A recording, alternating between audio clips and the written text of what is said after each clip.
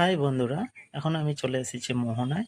আর মোহনায় আসবো, মাছের বাজারে যাব না তাই কি হয়?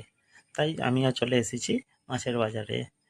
চিংড়ি, ইলিশ, পমফ্রেট এইসব মাছগুলো দেখেই তো নিতে ইচ্ছা করছিল, আর নিতে তো পারিনি। কারণ ওই যে কথায় আছে না, মধ্যবিত্ত ফ্যামিলি, স্বাদ অনেক আছে বাট সাধ্য তো নেই, তাই নিতে পারিনি।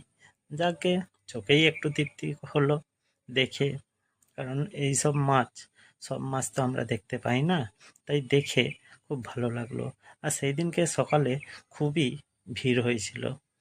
তো দেখো, ভিড় কাটিয়ে এই পাশের আরেকটা আড়তে গেলাম।